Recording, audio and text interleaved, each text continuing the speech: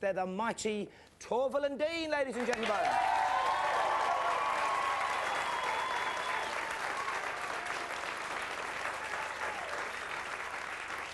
Thanks for joining us, Christopher and Jane, and we can see you very soon back on the ice, back on the skates, in Ice Adventure. Yeah.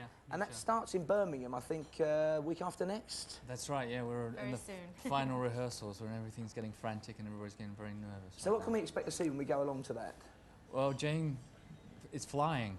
Yeah, it sounds like a Bond movie as well, doesn't it? But we're actually, we've choreographed what we're calling an aerial ballet, which is sort of, it's not like Peter Pan at all, but it's very creative in the way that I move her around. I stay on the ice and she flies up in the air. Is this, Christopher, because you've got a bit fed up with lifting after all these years? It's getting a bit heavy now. It's much lighter if someone else is. I mean, you're not a big woman. Okay. How much do you weigh?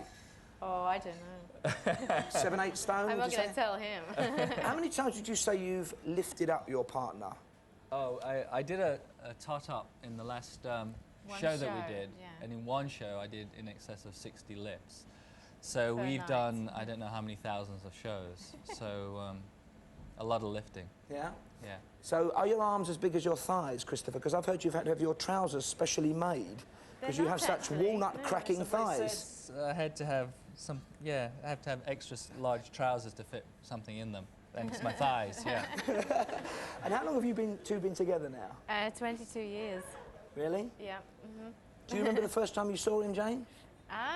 Well, we knew each other from skating at the same rink in Nottingham. What's your comment? And well, my comment that he was the blonde prince because he had much white blonde hair, and he stood out amongst all the other skaters. Well, we can take a look at the two of you now when Christopher was, I think, still the blonde prince. It's a magic memory. This is the first time that Christopher and Jane, Torvill and Dean, first had sex. When we first got the 6-0 in competition was at the British Championships. The lady that gave it to us was a judge called Molly Phillips. And there's a 6 coming up. Molly Phillips.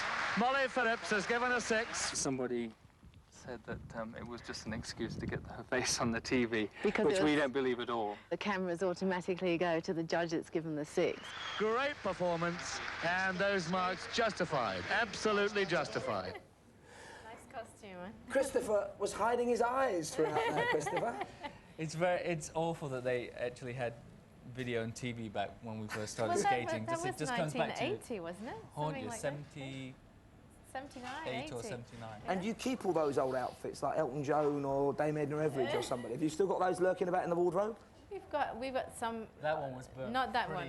We have afterwards, some from our shows, but not as old as that one. Now, any people who work together for a long time obviously have ups and downs, their retentions and stuff.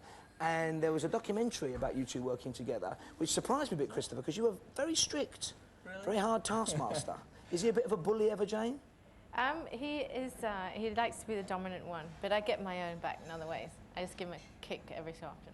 You've never deliberately put on weight to make yourself harder for him to lift, have you? I could do that. I could carry pounds of sugar attached to me or something. Okay, now we've heard what's different about Ice Adventure from your point of view. What is Christopher doing that's a bit different? What's he up to? Well, the whole show is quite different. It's just we've concentrated on 4 main themes throughout the show. So we're all the skaters, including Chris and I, are on the ice pretty much all of the time. And in between those, there are some comedy sketches. I've been working with a guy called Robin Driscoll, who's one of the writers for Mr. Bean. So he's been putting his own brand of humour into the show as well. Yeah. So I don't need to go any further. So it's kind of Peter Pan meets Mr. Bean on ice. Something like that, yeah. And do you still have to practice hours and hours a day, or is it completely natural to you now? No, for this rehearsal, we're up at 5 every morning and we do 8 hours on the ice. And then we go off and do other exercise that we have to do to get the show in shape. So it's a 12-hour day at the moment. But there must be times when you never want to see ice again, where you never even want ice in your gin and tonic. Do you ever get bored with it? We still enjoy performing. You know, whilst we're still able to do it, we really enjoy it. That's why we carry on. Well, the show opens in Birmingham, I think, on the 16th. You then go to Wembley, the 9X Arena in Manchester, Newcastle and Sheffield. Are there plans to make this a kind of annual event, like a kind of big show on ice every year? If it's successful this Christmas, we would like to do it on a regular Christmas, you know, through the Christmas period, and this is really a trial. When you first started working on the ice and dancing, did you ever think this would become your career? Because you were doing very different things, weren't you?